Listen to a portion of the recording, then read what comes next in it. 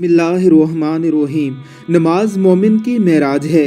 शख्स को इस मेराज का फ़हम हासिल हो गया, उसके लिए नमाज को क़ज़ा करना खुद को मार देने से बढ़कर होता है। एक नमाजी शख्स की अगर कोई नमाज छूट जाए तो वो ऐसे तड़पता है जैसे मछली पानी से बाहर आकर तड़पने लगती है। अल्लाह रब्बुल इज़्ज़त की करोड़ों रहमतों का नुज़ूल हो इस शख्स पर।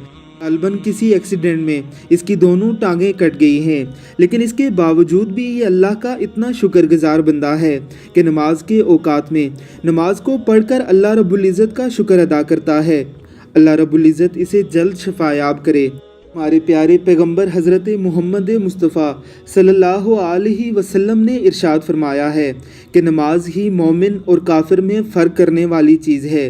बस जिसने इसको तर्क किया उसने गोया कुफर किया।